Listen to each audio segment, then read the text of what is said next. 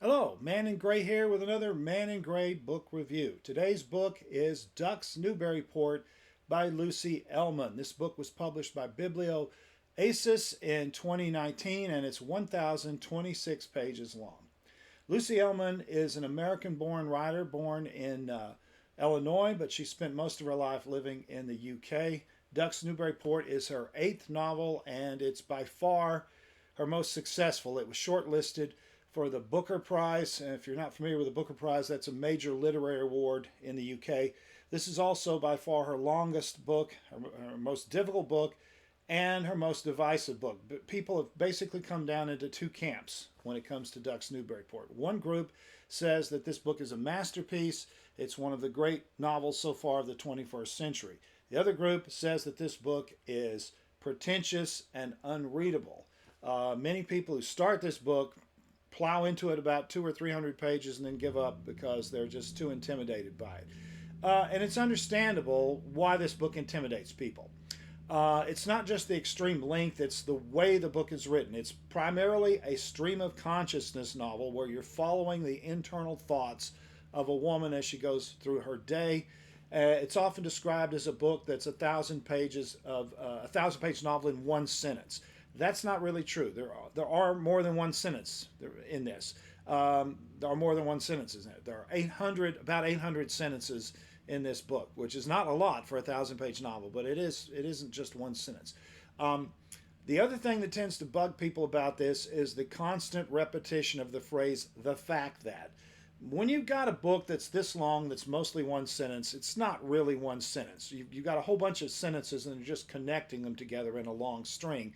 And the way Ellmann connects these sentences is using the phrase "the fact that," blah, blah, blah, the fact that, blah, blah, blah, the fact that, blah, blah, blah. The phrase "the fact that" is used somewhere around 19,000 times in this 1,000 page novel, so it's incredibly repetitious. But one of the points that Ellmann is making is that the human brain is repetitious. When we're thinking, we tend to think about the same things over and over again. We get into kind of a block where we just keep repeating the same thought over and over again. It's like hearing a song that just plays in your head over and over again. So anyway, that tends to annoy people and intimidate some other people.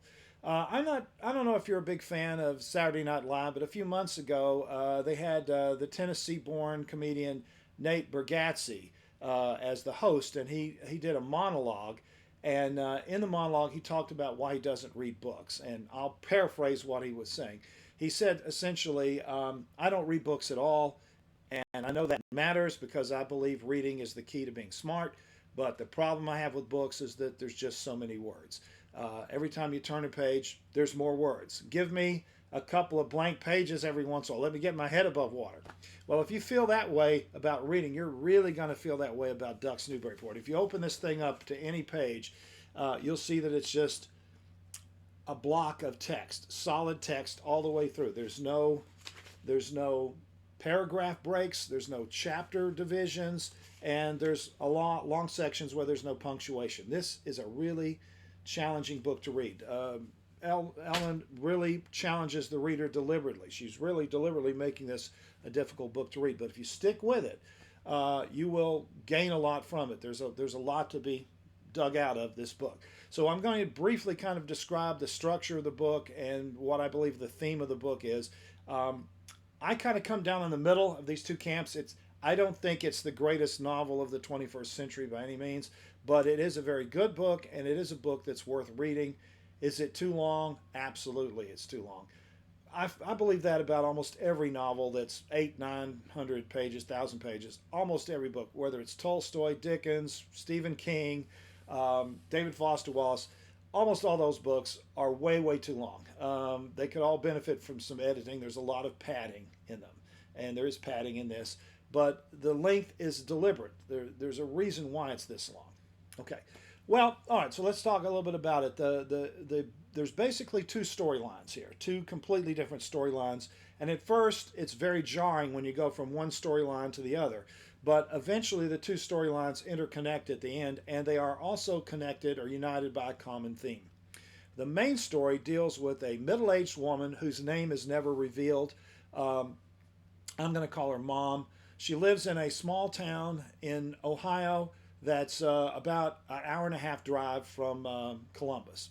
And it takes place, the novel takes place from January to April of 2017, the first 4 months of the Donald Trump administration. Um, the mom is working in her kitchen. Most of the book takes place in her kitchen. She has a job at home. She works at home baking pies. She's a professional baker. She bakes pies and then loads them in her car and drives around town and sells them to restaurants and various health food places and things like that. So she makes her living such as it is baking and selling pies. Now, as we read through the book, bits of her life start to be assembled, kind of like a mosaic. We find out that she has 4 children. Um, Her oldest is a teenage daughter that she doesn't get along with very well. Teenage daughter kind of thinks mom is really uncool. We find out that she got married as a teenager because she got pregnant. Her first husband was terrible. They had an awful marriage. They divorced. The ex-husband has almost nothing to do with his kids. But her second marriage has been much more successful. She's married to a guy named Leo, who's a structural engineer. He's an expert on bridge collapses, but he's often out of town. He travels all over the country giving lectures about bridge collapses and other structural engineering topics. And so she's often left raising these 4 kids by herself while trying to make a living baking pies all day long and delivering them. Okay, and so that's one of the problems she has, is trying to juggle everything. We also find out that at one point in the recent past, she was an adjunct professor at a local college, but she quit the job there because they failed to give her tenure. And also, she developed cancer, and she survived the cancer, but it left her weakened. And she just didn't have the strength to grade papers and stand up and lecture anymore. So she leaves the academic world and works out of her house. We find out that her father has died recently, and she's grieving him. And we also find out that her mother died when she was a teenager, and that really devastated her. She didn't have a mother there to help her through that difficult period of puberty and adolescence, because her mother died suddenly from cancer also. So that's the frame of what's going on here. Now, the other story seems at first to be very jarring. The second story is the one that's told in a conventional way with sentences, and it's an omniscient narrator. It's the story of a mountain lion, or cougar, a female mountain lion who's given birth to 3 cubs. And the first part of the story is her raising these cubs, teaching them how to hunt for themselves. And at one point, they get too big for the den they're in, and so she looks for another place for them to move to. Okay. Now, every time we switch to the mountain lion story and we go back to the monologue of the mother, a change is taking place. It's a different day. Sometimes it's in a different location and so forth. All right. Now, the overall theme of this book relates to the title. The title, Ducks Newburyport, appears one time in the very middle of the book. And it's about Mom's mother. Years and years ago, when Mom's mother was a toddler, a 2-year-old, she, her mother, and her 8-year-old sister all lived in Newburyport, Massachusetts. And one day, they're walking around in the park, the city park there, and there's this big lake in the middle of the park with ducks in it. And Mom's mom is 2 years old, and she sees a bunch of ducks in the pond, and she wanders into the pond to try to catch them. Now, Mom's grandmother isn't paying attention. She's distracted, and she doesn't see that her little 2-year-old has wandered into this lake. And she almost drowns. The 2-year-old almost drowns, but the 8-year-old sees her and then rushes in and drags her out of the water and saves her life. And this foreshadows something that's going to happen at the very end of the book, where the surly teenage daughter has to intervene to save the family. And I won't give that away because I don't want to spoil the whole book. But that is a theme that runs through here. The basic theme of both of these stories is the mother's inability to protect their children. We see this over and over again. One of the obsessions that Mom has is the books of Laura Ingalls Wilder, the Little House on the Prairie books. And so they come up over and over again through the book, Little House on the Prairie books. And one of the things that you may remember if you've read those books or you watch the TV series, at some point the oldest daughter goes blind. and the mother can't do anything to protect her from this. They can't prevent her from going blind. Several times in the book, mom runs into a problem and she can't protect her family. Early on in the book, she goes off during a snowstorm to deliver pies and forgets to bring her phone. And she has a flat in this middle of this blizzard, and she can't change it because it's snowing so hard and it's freezing cold, and she can't call anybody, and she almost dies from hypothermia while her kids are at home. And so, well, her youngest kids are at home. Some of her kids are at school. And so she fails to protect her kids because she goes off in a terrible snowstorm without paying attention to how bad the weather is, and she doesn't bring her phone.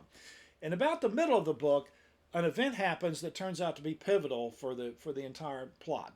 A huge storm blows through the neighborhood, and it rains relentlessly and causes flash floods. Well, what happens is mom takes all four kids, her husband's away, she takes all four kids to the mall, and this flood breaks out. She doesn't pay attention to the weather, and they're out shopping in the mall, and it rains and rains and rains, and it floods the parking lot, and it floods the access road so nobody can leave. And so an announcer comes over the mall PA system and tells everybody they're going to have to shelter in place because everything is flooded.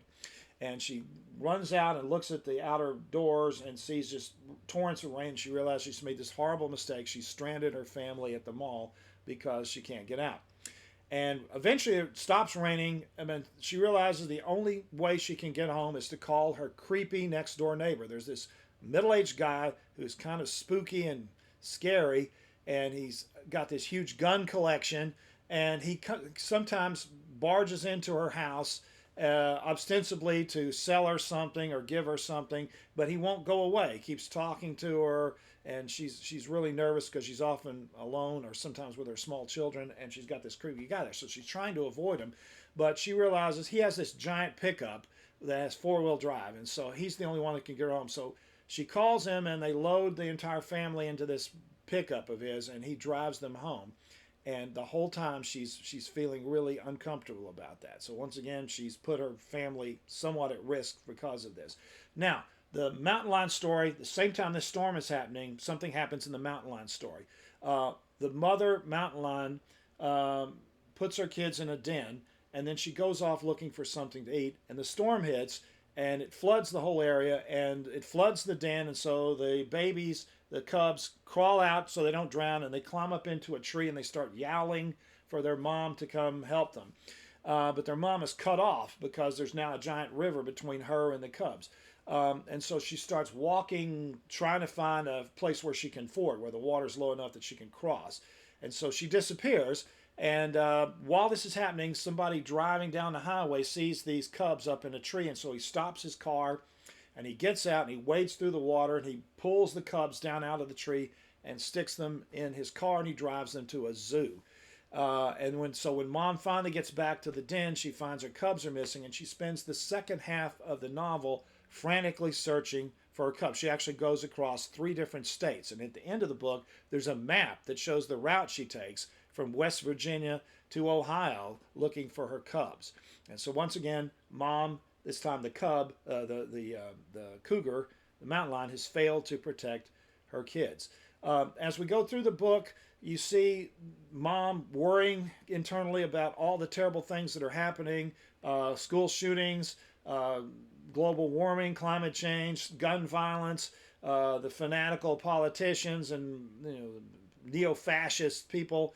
And she worries. Every time she sends her kids to school, she worries about whether they're going to get home safely or not. She realizes that she can't protect her kids when she takes them to school. But she has to take them to school, but she can't protect them there because schools used to be a place where kids were safe, and now there's school shootings so often that sometimes they don't even make the news. So that's the overall theme, is both the mountain lion and the mother can't protect their kids because they live in a world now where mothers can't provide safety for their kids. It's kind of a downer of a story, but it is kind of a picture of what a middle-class mother is going through in the early days of the 21st century. And that's one of the things that I think will make this book last through time, is it gives you a portrait of what life was like in the middle of the United States in 2017.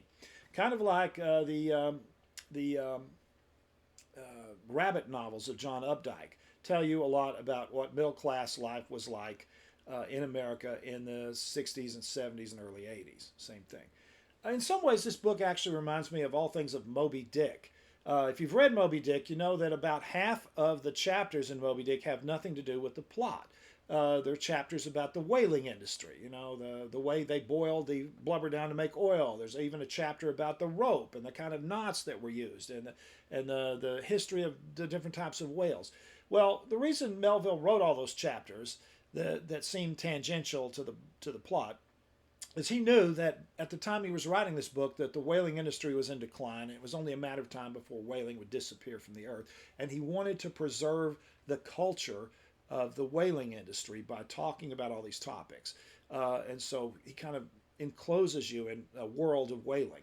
And in the same way here, all these little random thoughts about climate change, and there's long sections in here about the Native Americans. There are Native American Indian mounds near this town. And at one point, the Indians were there, and the whites came in and basically wiped them out by fighting with them or by disease, and pushed them out and destroyed their culture. And so there's all these little things in here in this book, kind of like Moby Dick. They give you a picture of what the life was like at the time. So it's a challenging book, but I think it's worth reading. The one real caveat I have is the ending of the book. It has an exciting ending where everything kind of comes together. I won't reveal what it is, but everything kind of fits together at the end very cleverly. But at the end of the book, there's about 20 or 25 pages of glossary where she defines all these. There's a whole bunch of abbreviations and just abbreviations of things like FBI and CIA and so forth. Most of what you already know. You know what the FBI stands for, CIA. But she goes through and explains all these different abbreviations that appear in the book. And it's not really necessary. And it really causes the book to end on kind of a flat note. And the maps that she includes of the mountain line's progress are at the end of the book instead of at the front. And so you know, by the time you get to the end of the book, you say, oh, that's where the line was during all this thing. It would have been better if the map had been put in the front. But those are minor quibbles. So in summary, I think this is a book that's well worth reading. It is difficult. It is going to take you a while to get through. But if you stick with it, I think it will be rewarding. But it's not for everybody. There are shorter books that Ellmann's wrote, so you might start with one of her earlier novels that are not quite as long before you work your way up to this one if you want to. The book is Ducks Newburyport. The author is Lucy Ellmann. And this has been another Man in Gray book review. I'll see you next time.